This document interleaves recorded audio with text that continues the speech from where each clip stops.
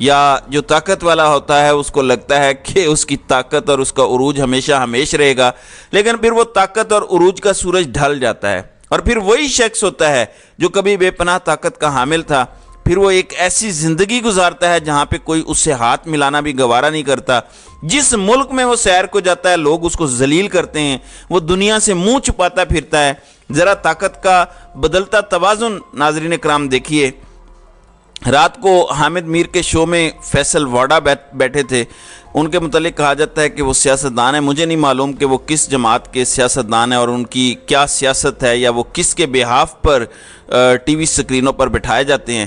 تو حامد میر نے ان سے احتساب سے متعلق سوال کیا تو انہوں نے کہا کہ جنرل فیض کے بھی احتساب کے دن قریب آ رہے ہیں، یہاں سے شروع کریں گے اور کوئٹہ تک یہ انصاف ہوگا۔ بالکل کریں، لیکن پاکستان کی حالیہ تاریخ بتاتی ہے کہ ملک میں احتساب صرف اور صرف سیاستدانوں اور سویلینز کے لیے ہے، اس کے علاوہ احتساب کسی کا نہیں ہوتا۔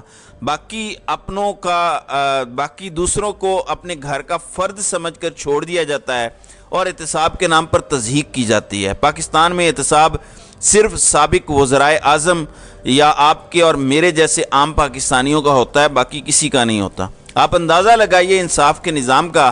عمران خان کی درخواست ایک تو وہ تھی جس کے اوپر آپ نے دیکھا پہلے درخواست ضمانت پر اعتراض لگائے چیف جسٹس عامر فاروق نے اسلام آباد ہائی کورٹ کے۔ اگر میں آپ کو یہ خبر دوں کہ عمران خان کی سائفر کیس میں ایف آئی آر ختم کرنے کی جو درخواست آئی ہوئی تھی آج اس پر بھی سماعت نہیں ہو سکی۔ وکلاء صاحبان نے بتایا کہ وہ ابھی گھر سے نکلے ہی نہیں تھے تو انہیں بتایا گیا کہ کاز لسٹ منسوخ ہو گئی ہے۔ تو کیا آپ بتا سکتے ہیں کہ جج صاحب کون سے ہوں گے، یا ایسے کون سے جج صاحب ہیں جو عام طور پر عمران خان کا نام بھی آئے تو یا تو کاز لسٹ منسوخ کر دیتے ہیں، یا وہ چھٹی پر چلے جاتے ہیں، یا انہیں بیماری پڑ جاتی ہے، ان کو لوز موشن لگ جاتے ہیں۔ یہ عمران خان کے کیسز میں ہی ایسا کیوں ہوتا ہے؟ یہ ایک بڑا اہم سوال ہے جو سب کو سوچنا چاہیے۔ ناظرین کرام، اس حوالے سے نعیم حیدر پنجوتھا جو عمران خان کی لیگل ٹیم میں ایک وکیل ہیں، انہوں نے ٹویٹ کیا کہ آج عمران خان کی سائفر کیس میں چیف جسٹس عامر فاروق کے سامنے سماعت لگی ہوئی تھی، لیکن کورٹ پہ پہنچنے پہ پتہ چلا کہ کاز لسٹ منسوخ ہو گئی ہے۔ تو یہ ہے انصاف کے تقاضے۔ تو انصاف کے تقاضے تو پاکستان کے اندر اسی طرح سے ہیں، اور اسی طرح انصاف ہمارے ہاں ننگا ہے۔ پھر دیکھیں 17 ستمبر کی رات شیخ رشید احمد کو مبینہ طور پر گرفتار کیا گیا یا اغوا کیا گیا، جو بھی ہوا۔ اب 19 ستمبر ہو چکی ہے لیکن ان کو کسی عدالت میں ابھی تک پیش نہیں کیا جا سکا، اس سے آپ اندازہ لگا لیں۔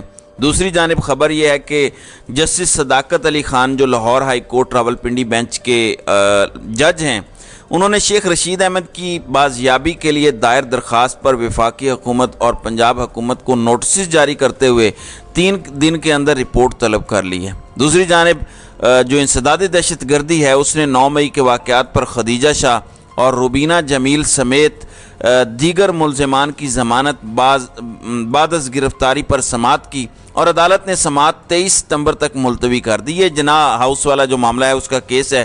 یعنی آپ ہر جگہ دیکھیں محض معاملات کو لٹکایا جا رہا ہے، اور کئی مہینوں سے پی ٹی آئی خواتین کو گرفتار کیا ہوا ہے، لیکن ہر بار کوئی نہ کوئی بہانہ بنا کر کیس کو لٹکا دیا جاتا ہے۔ اگر آپ نے ضمانت ان کو نہیں بھی دینی تو نہ دیں، لیکن فیصلہ تو کریں۔ وہ جن کو بڑی جلدی تھی ان سے پوچھیں تو صحیح کہ آپ نے ابھی تک چلان کیوں نہیں جمع کروایا، لیکن ظاہر ہے کوئی پوچھے گا نہیں۔ دوسری جانب ہمارے نگران وزیر اعظم انوار الحق کاکڑ اپنے لاؤ لشکر کے ساتھ امریکہ پہنچ گئے ہیں، وہاں پہ بڑی ایکسائٹمنٹ دکھا رہے ہیں کہ ان کی سائیڈ لائنز پہ ملاقاتیں ہوں گی۔ ناظرین کرام، میں آپ کو اس اجلاس کی اہمیت بتاتا ہوں۔ یہ جنرل اسمبلی کا اجلاس ہو رہا ہے پاکستان میں۔ دنیا میں 5 بڑے ممالک جن کے پاس ویٹو پاور ہوتی ہے، جو اصل طاقت ہوتی ہے، میں آپ کو یہ بتانا چاہتا ہوں کہ 5 میں سے 4 جو مستقل ویٹو پاور والے ممالک ہیں، ان میں سے 4 ممالک اس اجلاس میں شرکت ہی نہیں کر رہے۔ مطلب ان کے سربراہان شرکت نہیں کر رہے، نمائندگان شرکت کریں گے، لیکن ہمارے ملک کے سربراہ ملک کو تباہ کن حالت میں چھوڑ کر پورے لاؤ لشکر کے ساتھ وہاں پہنچے ہیں۔ ظاہر ہے یہ دوبارہ موقع تو نہیں ملے گا، تو اس سے ان کی سیریسنس کا آپ کو اندازہ ہو جائے گا۔ تو ناظرین کرام، آپ کی اس ویڈیو کے حوالے سے کیا رائے ہے؟ آپ اپنی رائے کا اظہار کامنٹ سیکشن میں ضرور کیجیے گا۔